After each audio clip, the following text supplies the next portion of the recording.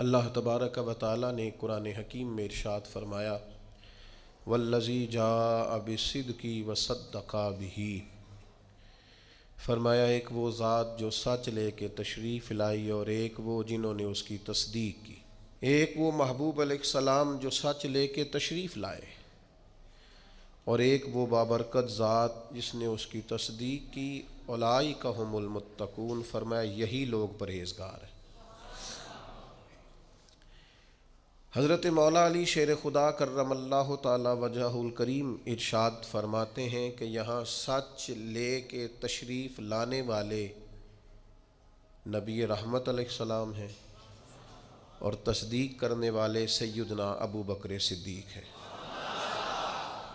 بہت سارے لوگ ایسے ہوتے ہیں جنہیں سچ کا پتہ ہوتا ہے، سچ کو تسلیم کرتے ہیں، انہیں خبر ہوتی ہے کہ یہ سچ ہے، لیکن اس سچ کے سامنے جھکنے کو اور اس سچ کو قبول کرنے کو تیار نہیں ہوتے۔ نجی محفلوں میں، تنہائیوں میں لوگوں کے درمیان کہیں گے کہ بات تو فلاں ٹھیک ہے، وہ جو کہا گیا تھا اس میں 100% صداقت ہے، لیکن آپ نے تسلیم ہی نہیں کیا، تو یہ تو بڑی ڈبل رائے کا آپ نے اظہار کیا ہے، یہ تو ایسی کیفیت ہے جو مومن کی نہیں ہوتی کہ آپ تسلیم بھی کر رہے ہیں پورے طور پر اور پھر آپ قبول کرنے کو بھی تیار نہیں ہیں۔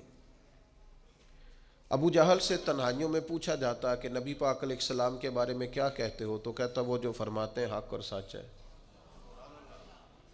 اخنس بن شریق سے پوچھا جاتا بتائیے نبی کریم علیہ السلام جو ارشادات بیان کرتے ہیں، جو تعلیمات دیتے ہیں، جو بتوں کے بارے میں سرکار کی رائے ہے، تو وہ کیا اس کے بارے میں تو کہتا ہے، تو وہ کہتا بالکل ٹھیک، حق اور سچ فرماتے ہیں۔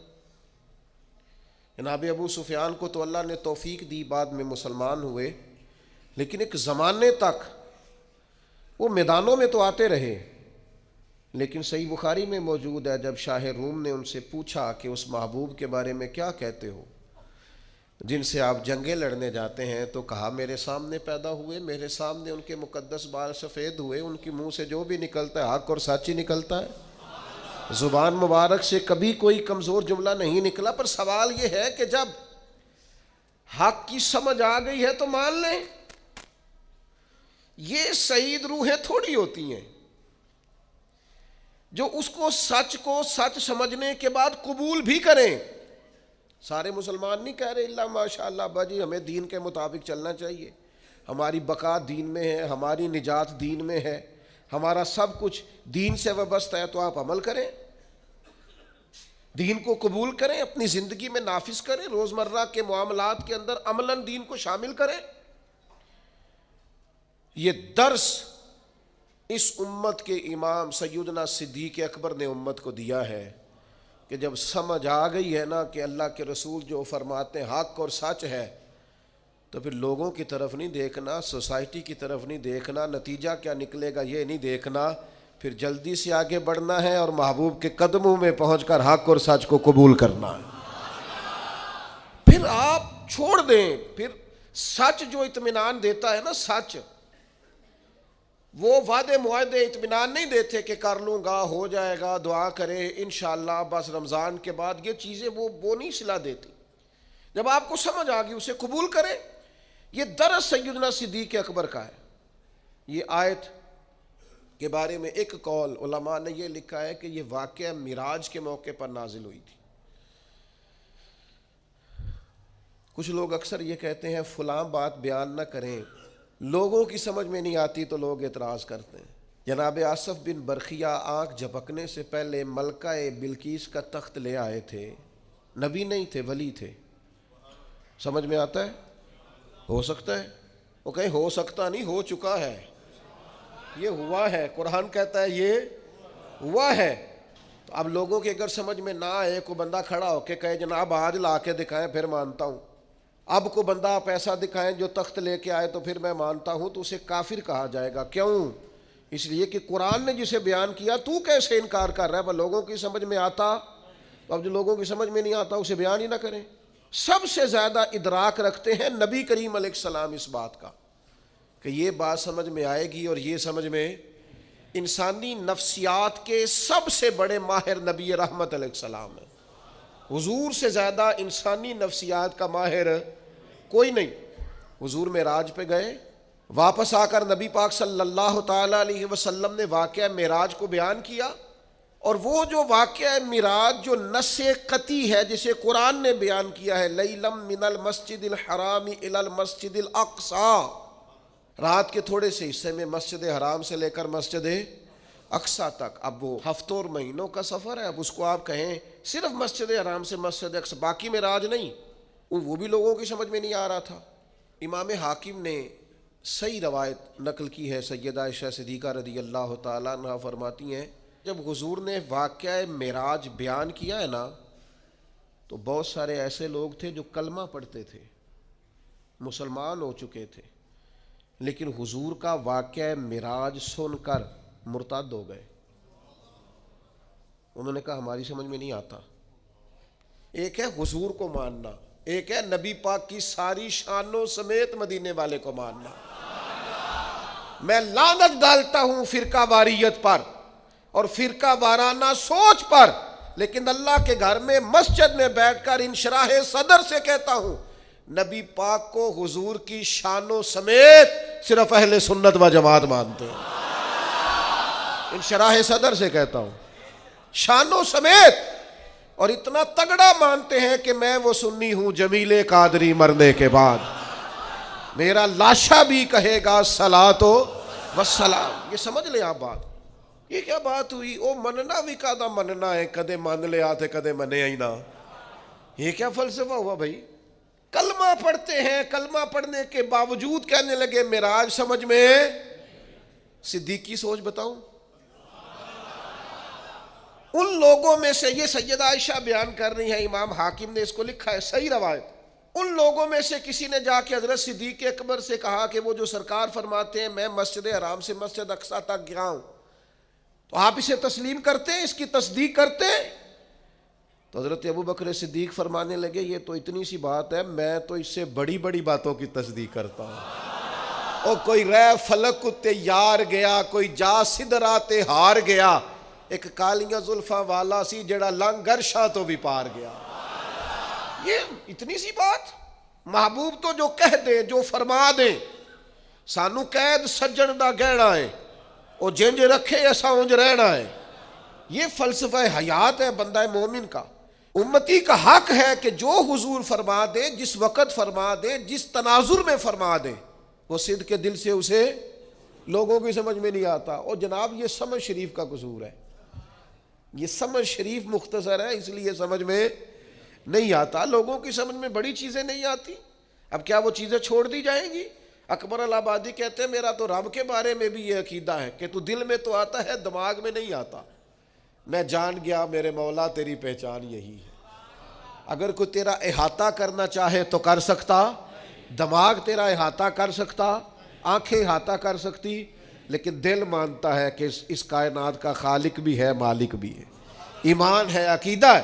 اس لیے تصدیق اور روحانی طور پر نبی پاک صلی اللہ علیہ وسلم کے قریب رہنا اور غلامی کرنا اور پورا ماننا اور وارفتگی سے ماننا اور شوق سے ماننا, اور ماننا تو پھر سارا کچھ باندھ باندھ کے ہاتھ پیر اپنے آپ کو حضور کے قدموں میں رکھ دینا, یہ صدیقی سوچ ہے. یہ حضرت ابوبکر صدیق کا کمال ہے. آپ دیکھیں نا حضور نے اس بات, یہ دو روایتیں آپ نے بھولنی نہیں, یاد رکھیں گے انشاءاللہ. حضرت ابوبکر صدیق کے بارے میں یہ دو روایتیں, اس کو بھولنا نہیں آپ نے. قربان جاؤں, نبی پاک علیہ السلام نے فرمایا میں نے جس کے سامنے بھی دین پیش کیا اس نے تردد کیا, دلیل مانگی. محبوب کو دلیل کی کمی تو نہیں, حضور تو خود سراپا دلیل ہے. یا ایھا الناس قد جاءکم برہان من ربکم, اے لوگوں یہ نبی پاک تمہارے پاس اللہ کی برہان ہے, یہ دلیل بن کے آئے. سرکار کو دلیل کی کوئی پریشانی نہیں ہے. جس کے سامنے دین پیش کیا اس نے دلیل مانگی. اور دوسری طرف حال یہ ہے کہ حضرت عبداللہ ابن حذافہ فرماتے ہیں سرکار کوئی معجزہ نہ بھی دکھاتے تو چہرہ ہی ایسا تھا, لوگوں نے دیکھتے جانا تھا, کلمہ پڑھتے جانا تھا.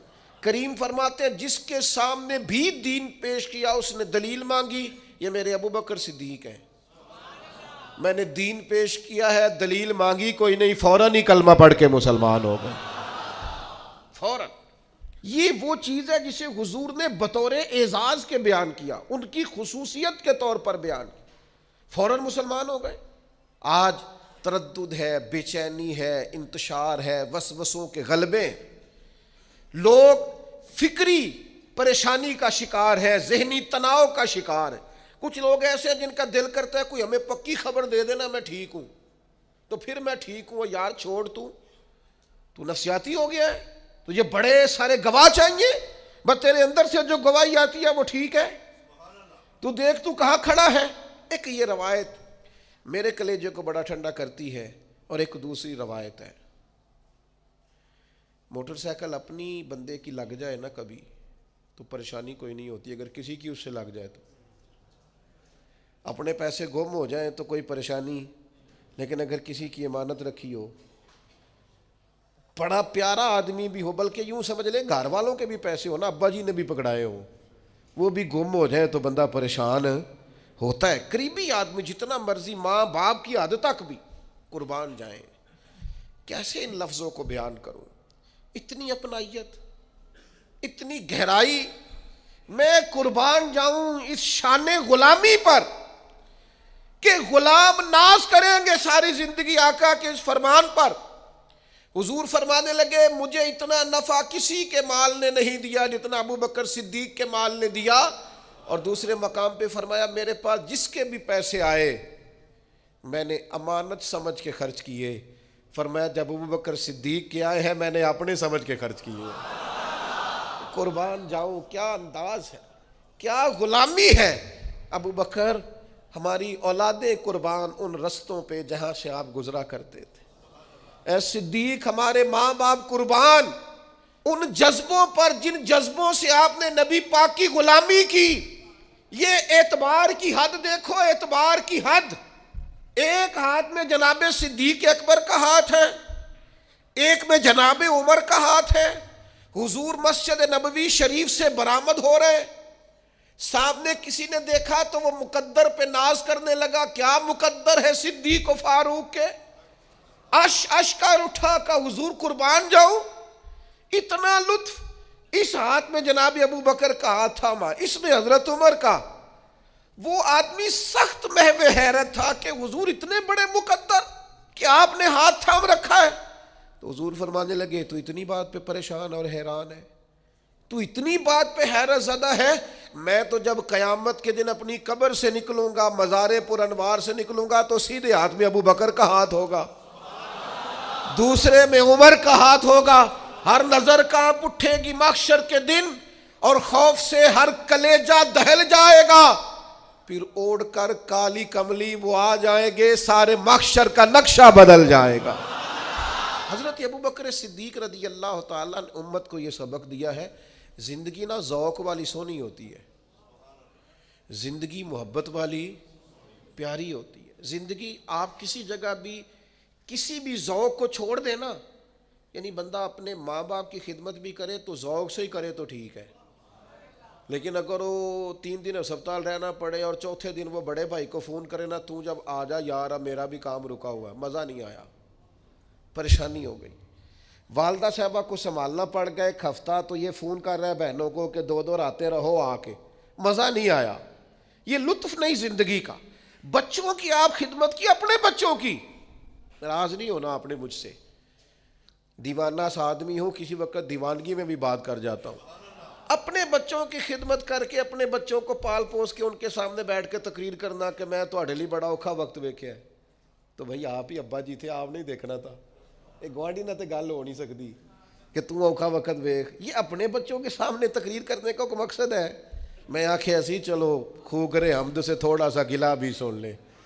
میں گلی میں کھڑا تھا، اب تو ظاہر ہے عمر کا تقاضا ہو گیا، بچے بڑے ہو گئے، اب تو وہ فرزانگی نہیں رہی، اب تجاہل عارفانہ سے ہم جان چھڑاتے ہیں، کوئی ایسی بات نہیں کرتے۔ ایک دوست گلی میں کھڑا ہو کے ہمیں سنا رہا تھا بات، وہ کہہ رہا تھا ابا جی نو میں حج کرایا ہے، تو میں کہا تیرے ابا جی سن تو ہی کرانا سی، نہیں اب میرا مطلب ہے یہ کوئی گلی میں بتانے والی بات ہے، یہ الحمدللہ میں حج کرایا، تو میں کہا ٹھیک کیتا ہی، بندا بھی تیرا ہی سی، اب میں کسی پڑوسی نے کرانا تھا ان کو، آج تیرے والد صاحب ہیں تو آج بھی آپ جب ذوق نہیں نہ رکھتے، ذوق، تو نقصان ہو جاتا ہے۔ آپ شاگرد بھی بنے تو ذوق والے، آپ مرید بھی بنے تو ذوق والے، بیٹے بھی بنے تو ذوق والے۔ او مننا کدا مننا ہے، کدے مان لیا تے کدے منے ہی نہ مانے، تو پھر اس کا لطف ہو نا ماننے کا۔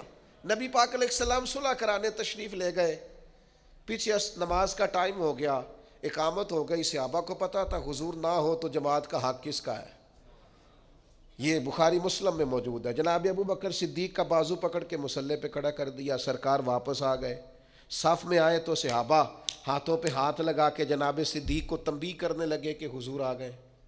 حضرت صدیق اکبر کو جب پتہ چلا کہ حضور آ گئے تو دوران نماز ہی نبی پاک کی تعظیم شروع کر دی، دوران نماز ہی۔ کچھ بیوقوف کہتے ہیں حضور کا خیال آ جائے تو نماز ٹوٹ جاتی ہے، اور میں نے کہا نادانو، جب تک نبی پاک کا خیال نہ آئے نماز ہوتی نہیں۔ بتاؤ نا، یہ حضور کا خیال نہیں السلام علیکہ ایھا النبی، یہ حضور کا خیال نہیں اللہم صلی علی محمد وعلی آل محمد، یہ کس کا خیال ہے؟ کہاں بیٹھ کے لکھتے ہو اور بولتے ہو، سمجھتے ہی نہیں کہ کیا کہہ رہے ہو۔ عین حالت نماز میں حضور کی تعظیم، عین حالت نماز میں ایک قدم پیچھے ہٹایا تو نبی پاک بھی حالت نماز میں کہہ رہے ہیں پڑھاؤ نماز، پر حضرت صدیق اکبر پیچھے ہٹ رہے، حالت نماز پڑھا کے میں تے ول ویکھاں، مینوں کعبہ بھول گیائی، بھول گئیاں نی سب سوم صلاتاں، اکو یار دا فکر پہ آئی۔ اگر تو راضی ہو جائے تو کہہ دے کہ میں راضی ہو گیا، ان نماز پڑھا کے تے ول ویکھا، کعبہ تے بھول گیا، بھول گئیاں نی سب سوم صلاتاں، مینوں یار دا فکر پہ آئی۔ سرکار کھڑے ہو گئے مصلی امامت پہ، نماز مکمل کی، اور لبوں پہ مسکراہٹ۔ کریم فرمانے لگے جب میں نے کہا تھا جماعت کراؤ تو کرانی چاہیے تھی نا۔ حضرت ایک ہی جملہ حضور نے کہا اور جواب میں ایک ہی جناب صدیق نے کہا، لمبی بات نہیں ہوئی، کہا تھا جب تو جماعت کرانی چاہیے تھی نا۔ عرض کرنے لگے یا رسول اللہ، ابو قحافہ کے بیٹے کی اتنی جرت بھی نہیں کہ آپ کے سامنے کھڑے ہو کے جماعتیں کریں، میں ابو قحافہ کا پتر ہوں، آپ کے سامنے امام بنوں؟ میں سمجھتا ہوں یہ میرے لیے ٹھیک نہیں۔ دوستو، شوق ہو، ذرا ذوق ہو، ذرا وارفتگی ہو، ذرا درد ہو، ذرا کیف ہو۔ نلائق بیٹا ہے، نلائق بیٹا جس کا باپ اسے کھول کے کام نہیں بتاتا، لائق بیٹا ہے جس کا باپ فوراً کہے پتر فلاں کر کیا، لائق بیٹا ہے۔ نالائق شاگرد ہے جس کا استاد اسے کام کوئی نہیں بتاتا، نالائق ہے۔ اور جس کے استاد اور مرشد جم فون اسی کو کرے نا، اے بھی تو کرنا ہے تے، اے بھی تو کرنا ہے تے، یہ غلامی، یہ ذمہ داری، یہ ناز ہوتا ہے۔ بھائیو، ہمیں سمجھنا چاہیے دین میں جب تک ذوق نہیں ہوگا، شوق نہیں ہوگا، وارفتگی نہیں ہوگی۔ میں حرم شریف تھا، ایک صاحب مجھ سے کہنے لگے آپ کیا فرماتے ہیں، زیادہ عمرے کیے جائیں کہ زیادہ غریبوں کو دیا جائے؟ میں نے کہا آپ کا دل کیا کہتا ہے؟ کہتا زیادہ غریبوں کو دیا جائے۔ میں نے کہا ٹھیک ہے، آپ غریبوں کو زیادہ دیں، نفلی عمرہ نہ کریں۔ تو مجھے کہنے لگے آپ نے اپنے بارے میں کچھ نہیں بتایا۔ میں نے کہا میری رائے یہ ہے کہ غریبوں کو بھی دب کے دیا جائے اور حضور کی حاضری بھی بار بار دی جائے۔ میری رائے تو یہ ہے، اس لیے کہ کچھ لوگ ایسے ہیں جو رہ نہیں سکتے، ان کی مجبوری ہے، پیار جو ہو گیا ہے، ان کی کیفیات کا رنگ۔ کہنے لگے یہ دو فتوے کس طرح ہوتے ہیں؟ میں نے کہا ہوتے ہیں، دو فتوے ہوتے ہیں۔ حضرت ابی بن کعب نے کہا یا رسول اللہ سارا مال اللہ کے رستے میں دینا ہے؟ فرمایا نہ بھائی، تیسرا حصہ، سارا نہیں لینا، تیرے بچے بعد میں پریشان ہوں گے۔ حضرت ابو لبابہ نے کہا یا رسول اللہ سارا دینا ہے؟ فرمایا نہ بھائی، تیرے بچے بعد میں پریشان ہوں گے۔ حضرت سعد بن ابی وقاص نے کہا سارا اللہ کے رستے میں دینا ہے؟ فرمایا نہ بھائی، ان کے لیے فتویٰ اور ہے۔ ابو بکر صدیق سارا ہی لے آئے، فرمایا تو لے آ، تیری خیر ہے، تیرا سارا ہی قبول ہے، تیرے لیے کوئی مسئلہ نہیں ہے۔ میں کیسے آپ کو بتاؤں کہ اولاد بزدل کر دیتی ہے، اپنے لیے انسان اتنا پریشان نہیں ہوتا جتنا بچوں کے لیے ہوتا ہے۔ جوان بیٹیاں تھیں جناب صدیق اکبر کے گھر میں، لیکن سارا مال ہجرت کی رات لے گئے۔ حضرت اسماء بنت ابی بکر سردار کی بیٹی، لیکن ابو جہل نے آ کے پوچھا کہاں لے گئے ہیں نبی پاک کو تیرے والد؟ جناب اسماء کہتی ہیں اس سختی کے ساتھ مجھ سے پیش آیا کہ میرے رخسار پہ تھپڑ بھی مارا۔ کس کے لیے؟ حضور کی بارگاہ کے لیے۔ مسلمان دین پر عمل کرتا ہے تو اس کے اندر وہ کیفیات نہیں، وہ جذبات نہیں۔ علامہ اقبال کہتے ہیں بجھی عشق کی آگ اندھیر ہے، اب یہ مسلمان نہیں، یہ خاک کا ڈھیر ہے۔ اب تو یہ خاک کا ڈھیر ہے، کوئی بھی ہوا چلائے گا، پنکھا چلائے گا، یہ اڑ جائے گا۔ وہ جو عشق کے ساتھ حضور کے لیے رکے ہوئے تھے وہ پہاڑ تھے اصل۔ ہم نے وہ ذوق نہیں سمجھا۔ اور پھر ایک اور بات بھی آپ کو عرض کروں، ایک ہے شریعت کا حکم، ایک ہے اللہ رسول کا حکم، اور ایک ہے رب رسول کی مرضی۔ زیادہ مشکل بات نہیں ہے، بس سمجھنے کی کوشش کرنا۔ ایک ہوتا ہے حکم اور ایک ہوتی ہے، فرمایا طلاق دینا گزارا نہ ہو تو اجازت ہے، پر یہ مرضی تو نہیں نہ طلاقیں ہوں۔ کسی نے کسی کو مارا تو مشیت الہی یہ ہے کہ بندہ مر جائے گا، پر اللہ کی رضا تو نہیں کوئی کسی کو مارے۔ مشیت، شریعت، حکم اور ہے، اور مرضی اور ہے۔ آپ کسی کو گولی مار دیں وہ مر گیا، حکم الہی آ گیا، امر ہو گیا، لیکن یہ اللہ کی رضا، مالک کو پسند تو نہیں کہ کوئی مسلمان کسی کو مارے۔ بات سمجھ رہے ہیں؟ وہ کہتے جی میں نا حضرت صاحب نو استاد صاحب نو پوچھ کے چھٹی لے کے آیا، او بھائی تو چھٹی منگی سی تینوں دے چھڑی، ورنہ مرضی تو دیکھ بھلا، ان کی مرضی تھی کہ تو جائے۔ چھٹی اور چیز ہے، پوچھنا اور چیز ہے۔ حضرت صدیق اکبر نے نا نبی پاک کی رضا کو سمجھ لیا تھا۔ سونا راضی کس بات میں، حضور کی کیفیات کیا ہے۔ نبی پاک نے بس چاہا تھا کہ حضرت بلال کو خرید لیا جائے، صرف چاہا تھا۔ حضرت ابو بکر صدیق جا کے خرید بھی لائے، حضور کی رضا سمجھ گئے نا۔ یہ جو رضا کچھ بندے کہتے ہیں میں ابا جی نے آخیا مینوں حکم کرو، اور میں نے کہا ابا جی سے حکم نہیں پوچھا جاتا، آپ ابا جی کو ویسے کیوں نہیں سمجھتے کہ ان کی طبیعت کیا ہے؟ آپ مزاج کو سمجھیں۔ حضور نے فرمایا باپ کی رضا میں رب کی رضا ہے، آپ اس کیفیت کو سمجھیں، اس گہرائی میں اترے، والد آپ کے کیا چاہتے ہیں اس کے مطابق آپ عمل کریں۔ یہ کیا بات ہوئی کہ میں پوچھوں گا میرے لیے کوئی حکم ہوا تو دسیا جی، ایک ہی گل ہوئی جی۔ آپ کو کیسے یہ پوچھنا پڑا کہ حکم ہوا تو بتانا؟ آپ کو پتہ ہونا چاہیے تھا، آپ کو قبل اس کے علم ہونا چاہیے تھا، لیکن آپ کہہ رہے ہیں کہ اگر کوئی حکم ہوا، کوئی بات ہوئی تو پھر مجھے بتائیے گا۔ یہ انداز درست نہیں ہے۔ پوری مرضی، پوری شناسائی، پوری کیفیات اس کو سمجھنا چاہیے۔ نبی پاک علیہ الصلوۃ والسلام نے خطبہ ارشاد فرمایا، حضور فرمانے لگے اللہ نے اپنے ایک بندے کو اختیار دیا ہے، چاہے تو دنیا میں رہے اور چاہے تو اللہ کے حضور حاضر ہو جائے، یہ اللہ نے اسے اختیار دیا ہے۔ صحابہ کرام علیہم رضوان فرماتے ہیں کہ ہم سارے کے سارے پریشان تھے اور ڈھونڈ رہے تھے اور ٹٹول رہے تھے کہ سرکار کیا فرما رہے ہیں، لیکن فرماتے ہیں جناب صدیق اکبر کی آنکھوں میں آنسو آ گئے اور وہ آنسو بہانے لگے، رونے لگے۔ فرماتے ہیں ہم سارے پریشان تھے کہ یہ کیا انداز ہے، سرکار نے کیا بیان فرمایا ہے، اور اگر حضور نے بیان بھی فرمایا تو حضرت صدیق اکبر کی آنکھوں میں آنسو، اس کا کیا معنی ہے؟ اللہ نے اپنے بندے کو اختیار دیا، چاہے تو دنیا میں رہے چاہے تو اللہ کے حضور حاضر ہو جائے، اس پر آنکھوں میں آنسو آنا جناب صدیق کے، بات سن کے معنی کیا ہے؟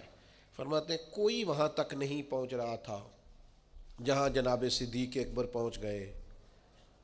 فوراً سرکار کے جانے کے بعد جب سوال کیا کہ یہ آپ کیوں روئے، تو فرمایا تمہیں سمجھ نہیں آئی، حضور جس بندے کی بات کر رہے تھے وہ اپنی بات کر رہے تھے، اللہ نے مجھے اختیار دیا۔ آپ رضا کو سمجھیں، شریعت کی رضا کیا ہے۔ آپ یہ مت سمجھیں کہ میں نے جی اجازت لے لی ہے، مجھے جی حکم مل گیا تھا، میں جی بات سمجھ گیا ہوں۔ آپ رضا کیوں نہیں سمجھ رہے دین کی؟ دین کی جو اصل مرضی اور منشا ہے اس منشا کو سمجھا جائے۔ بہت سارے لوگ ایسے جنہیں بہت ساری باتوں کا پتہ ہوتا ہے، چشم پوشی کا مظاہرہ کرتے ہیں، جان بوجھ کر بھولے پن کا مظاہرہ کرتے ہیں، پورے شعوری طور پر ذہنی طور پر بلند فکر ہوتے ہیں، لیکن جان بوجھ کر وہ کمزوری کا مظاہرہ کرتے ہیں۔ حضرت صدیق اکبر رضی اللہ تعالیٰ عنہ نے یہ غلامی کی، وہ ذرا وارفتگی والی کی۔ آپ کوئی کام بھی کریں نا ذوق کے بغیر کریں تو وہ کام بندے کو تھکا دیتا ہے، پریشان کر دیتا ہے، لیکن اگر آپ وہی کام ذرا شوق سے کر لیں نا۔ حضرت مولانا ابو نور صاحب رحمۃ اللہ علیہ فرماتے ہیں میں نے اپنے ابا جی سے کہا کوئی نصیحت کرے تو کہنے لگے بیٹا آپ مولوی صاحب ہیں، کوئی بندہ مولوی صاحب کہے تو اس کا غصہ نہیں کرنا، اس کا مزہ لینا ہے، زندگی ذرا سکون سے گزرے گی۔ کبھی بھی احساس کمزوری کا شکار آپ جہاں ہیں آپ اس مسئلے کی رضا کو سمجھ، اور پھر جو نبی پاک علیہ السلام نے انہیں رزلٹ دیا ہے نا، جو قدردانی دین نے کی ہے، وہ قدردانی بڑی انوکھی ہے۔ قرآن مجید نے کہا نا والسابقون السابقون اولئک المقربون، سبقت لے جانے والے سبقت لے گئے، یہ قریبی لوگ ہیں اللہ رسول کے۔ حضرت یہ بخاری مسلم دونوں میں موجود ہے، حضرت عمر فرماتے میری اور جناب صدیق اکبر رضی اللہ تعالیٰ عنہما فرماتے ہماری کسی بات میں شکر رنجی ہو گئی تھی، اختلاف رائے ہو گیا، اور کیفیت یہ بنی کہ حضرت صدیق اکبر نے غصے میں ایک سخت جملہ کہہ دیا، بعد میں اسی جگہ کھڑے کھڑے فوراً عرض کی، ارشاد فرمایا کہ عمر یار درگزر کر دو، مجھے جذبات میں میرے سے بات نکل گئی۔ فرماتے ہیں میں تو پہلے ہی جلالی تھا، میں نے کہا پہلے بات کرنا پھر معافیاں مانگنا، میں نے بھی سخت سست بول دیا، اب مجھے بھی احساس ہوا کہ یہ بھلا کون مجھ سے معافی مانگ رہا تھا، ابو بکر صدیق۔ آپ فرماتے فوراً میں حضرت ابو بکر صدیق کے گھر پہنچا، لیکن مجھے جا کے پتہ چلا کہ وہ تو گھر میں موجود ہی نہیں۔ اب میرے پیروں تلے زمین نکل گئی، جب وہ گھر نہیں ہوتے تو دروازہ رسول پہ ہوتے۔ فرماتے کیفیت بدل گئی، میں شدید پریشان ہوا۔ دوسری طرف حضرت ابو درداء رضی اللہ تعالیٰ عنہ روایت کرتے کہ حضرت صدیق اکبر حضور کی بارگاہ میں پہنچے تو فرمایا کیا ہوا؟ عرض کی یا رسول اللہ ایک جملہ کہہ بیٹھا ہوں، پھر بڑی معافی مانگی ہے پر عمر مانے نہیں۔ نبی کریم مقدس گردن جھکا کے بیٹھ گئے۔ جناب عمر کہتے میں نے جا کے السلام علیکم کہا، جواب تو آیا پر حضور نے گردن نہیں اٹھائی۔ فرماتے میں پورا ڈرا، دیر تک سوچتا رہا یہ کوئی بات کرے، سرکار کچھ کہیں گے تو میں معافی مانگوں گا، لیکن فرماتے ہیں نبی پاک صلی اللہ تعالیٰ علیہ وآلہ وسلم نے کوئی بات ہی نہیں کی۔ اب میں نے ہی بات چھیڑی، میں نے کہا یا رسول اللہ مجھ سے غلطی ہو گئی، اگر جناب صدیق اکبر نے مجھ سے کہا تھا تو مجھے معاف کر دینا چاہیے تھا۔ فرماتے اب سرکار کا چہرہ نور اٹھا اور میں نے حضور کے مقدس جملوں میں جلال دیکھا۔ فرمایا عمر تمہیں پتہ ہے تمہاری قوم نے میری تکذیب کی اور ابو بکر نے میری تصدیق کی۔ فرمایا تمہیں خبر ہے اس بات کی کہ ہر شخص نے مجھ سے ہر چیز کو روکا اور جناب صدیق اکبر نے میرے لیے قربانیاں دی۔ حضرت سیدنا عمر فاروق فرماتے ہیں نبی پاک علیہ السلام نے 3 دفعہ فرمایا کیا تم میری خاطر ابو بکر کو چھوڑ نہیں سکتے تھے؟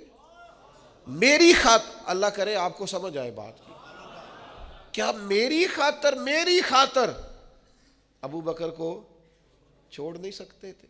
گویا حضور فرما رہے ہیں جو جناب صدیق اکبر کی طرف دیکھے تو میری نسبت کی اینک لگا کے دیکھے، اس کا جو میرے ساتھ تعلق ہے اس تعلق کی بنیاد پر دیکھے۔ مسلمانوں کے اندر جب سے بحثیں بہت ہونے لگی ہیں نا، فکری انتشار بڑھ گیا ہے، روز ایک نئی بے یقینی جنم لیتی ہے، روز، چونکہ ہم تبصروں والے ملک میں رہتے ہیں، اگر کوئی ملک تبصروں سے ٹھیک ہوتا تو سب سے پہلے ہمارا ملک ٹھیک ہونا تھا۔